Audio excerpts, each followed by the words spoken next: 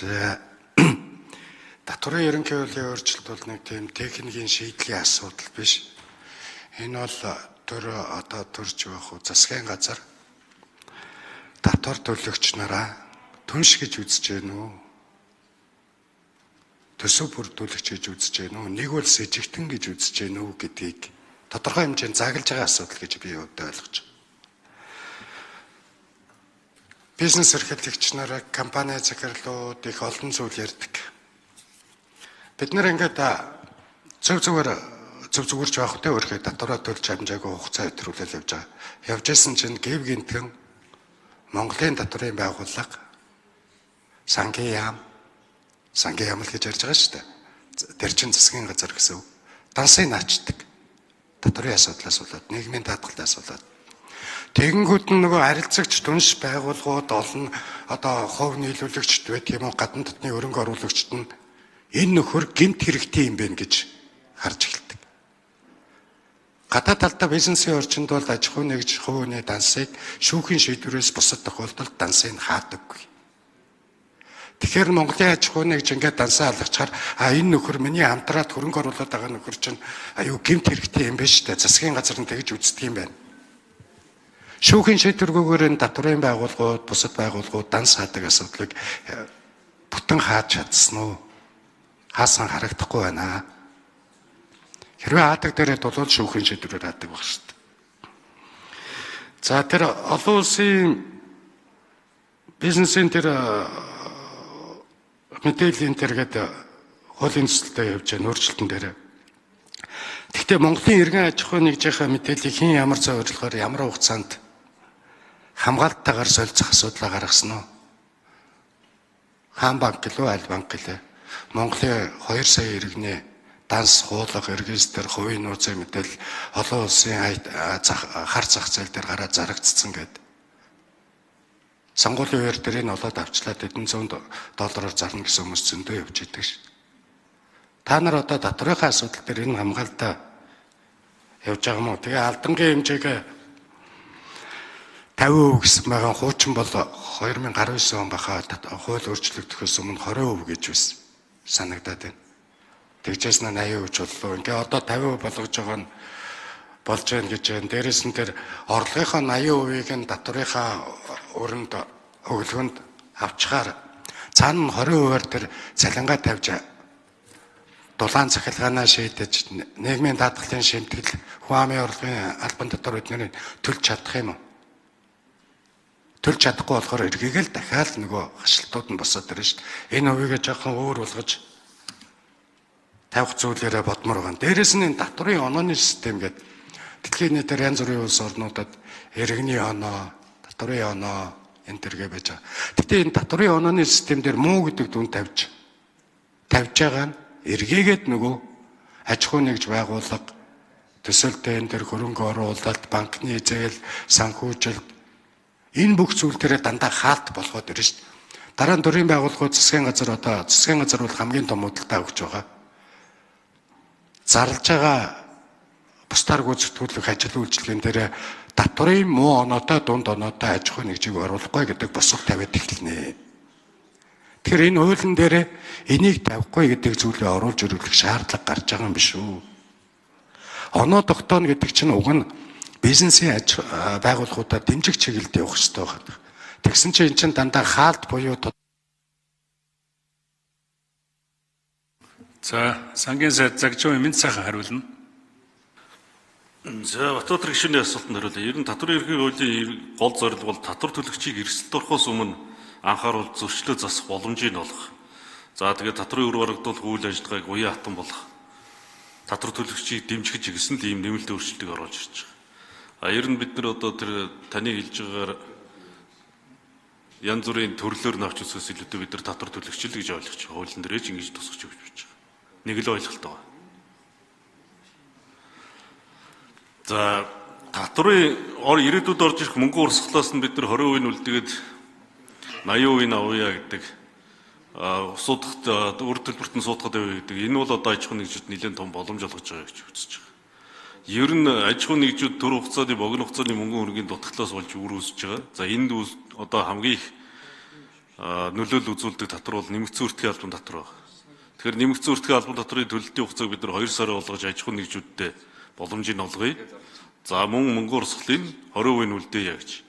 Энээс дээшээ хувь үлдээгээд явах юм бол хоримтгдсан татврын өрийн хэмжээ чинь нэмэгдээд явах ийм эрсдэл байгаа. Ер нь энэ дан саан гэдэг бол олон улсад байдаг практика. Бид нар илүү одоо бизнес орчнод дэмжих аж ахуйн нэгжүүдэд доктортой үйл ажиллагааг нэрхлэх, тодорхой цаг үеийн мөчлөгөөс хамаарсан янз бүрийн мөнгө урсгалын дутагдлаас болоод дансаалах ийм нөхцөл рүү оруулахгүй тулд ийм зохицуултыг хийж өгч байгаа. За ажлын хэсэг нэмээд тэр мэдээлэл солилцохтой холбоотой асуудлыг хариулж байгаа. За ажлын хэсэг энэ дэрийн 4-р микрофон нэрээ албан тушаалаа хэлээд хариулна. Сангийн яам татврын бодлон газрын дарга чимэгцэр гишүүний асуултанд хариулъя. За тэгэхээр 25 онд бид Глобал форумын улс бүрээр тайлан гаргах, за мөн дансны мэдээллийг солилцох энэ олон улсын гэрээ конвенцэд бол нэгдэж орсон. Ингээд бэлтгэл ажлаа хангаад 27 оноос бол бид бол нэгдэж орох юм байна. Тэгэхээр энэ цаад зорилго нь юу гэхээр манай улсын одоо тодорхой компаниуд үндэстэн дамнаад бусад оронд одоо өөрийн одоо салбар нэгжтэй байх. Эсвэл бусад улс орны салбар нэгж охин компани одоо манай улсад үйл ажиллагаа явуулдаг болвол тэр тайлангийг гаргаад улс хоорондоо ингээд солилцох тэр боломжийг бол олгосон зохицуулт байгаа. Тэгэхээр энэ бол олон улсын одоо байгууллагад бид нар нэгдэж орсны дагуу энэ татврын ерөнхий хуулинд орж байгаа зохицуулт байгаа. Одоогоор бол энэ нэгдэж энэ мөрдөгдөг байгаа учраас бид нар дансны мэдээллийн шууд өгж байгаа зүйл бол байхгүй. Зүгээр хянаж шалгалтын хүрээнд бол харилцан мэдээлэл. За Мэнд сайхан сайд нэмж тодруулъя. Хариулъя. Татвар төлөгчийн их хэмжээний алдаг тооцоолгоор эрсдлээс хамгаалах үүднээс алдангийн дээд хэмжээг иргэний үйлдэл нийцүүлэх гэж. Энэ хяналт шалгалтаар тавигдсан, актаар тавигдсан одоо өр төлбөрийг өмнө нь бол одоо эн чинь төлж чадахгүй байх юм бол алдангийн хэмжээ нь өсөөл яваад байдаг гэсэн. Тэгээд дээшээ хязгаар байхгүй. Эн чинь явж байгаад хэрвээ урт хугацаанд өргөжлөх юм бол үндсэн төлбөртөө ч гэсэн актынхаа төлбөртөө дүүцэж очих тэрнээс давах ч тийм эрсдэл үүсэж байгаа. Тэгэхээр иргэний үйлдэнд бол энэ алдангийн хэмжээ 50%-аас дээшгүй байна л гэж байгаа. Тэр иргэний үйлдэлийг нийцүүлж хяналт шалгалтаар тогтоогдсон актын өр төлбөр бол алдангийн хэмжээ үндсэн өр төлбөрийнхөө 50%-аас итэхгүй байна гэдэг иргэний үеийн заалтаа л уялдуулж өгч байгаа. За Батын Батбаатар гишүүн нэмж тодруулъя. За 2008 онд энэ хуулинд 2008 оны хуулиар энэ алдангийг 20%-аас сэтрүүлэхгүй гэдэг ийм зүйл байж хаад 2019 онд Монгол Ардын нам засаг барьж байхдаа алдангийн хэмжээг хязгааргүй болгоод тэрнээс болоод наад алдангач ингэж өсдөг болсон. Энэ бол Ардын намын бий болгосон алдангийн тогтолцоо. Одоо энийг засахтаа дөнгөж 50% хийж байгаа. 2008 оныхын төвшөнд хуулийн төвшөнд нь буцааж авчиж болохгүй мүү гэж асууж байгаа. Нэгсэн да Ардын нам алдаага засаж байгаа юм байна. Тэгтээ гүйцэтгэхгүй байна гэж би ингэж хараад байгаа. Дээрэс нь хууль дагам мөрдөлтийнхөө төвшинг ингээ хэд хэдэн янзаар үнэлж байгаа асуудлыг ярьж байна. 176,000 орчим санал татвар төлөгчдөөс авсан гэж. Тэгээ хуулийн өргөн барьж байгаа зүйлээс харахад 176,000 санал. За Мэнд сайхан сайд хариулъя.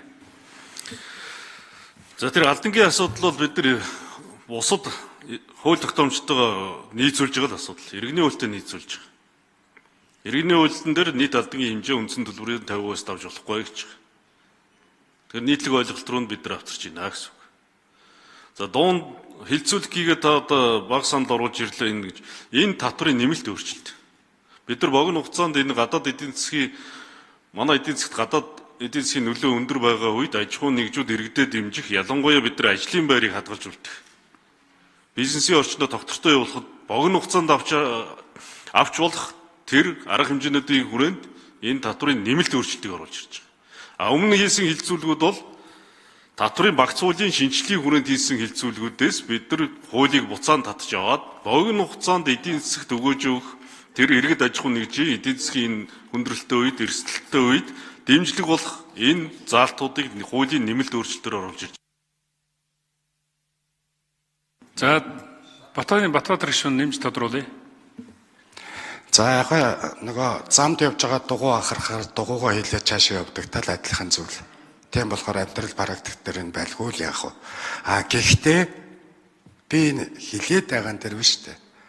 Та нар ингээд жишээлхэд 2024 оны сонгуулиар манай намын хэд хэдэн хүмүүс нийслэл болон сонгуульд нэр дэвших гэсэн чинь татврын өртөөг гараад ирсэн. Бодит байдлаараа тэр үр байхгүй. Тэрнтэй адилхан тэгээд яаж чадахгүй сонгуульд дэвшихгүй үлдсэн.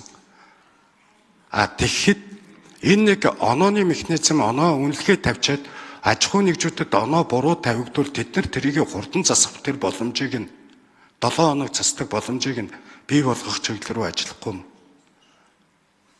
Энэ үйл дээр бол би огт буруу юм оруулаад ирсэн гэж ерөөсөө хэлээгүй шүү дээ.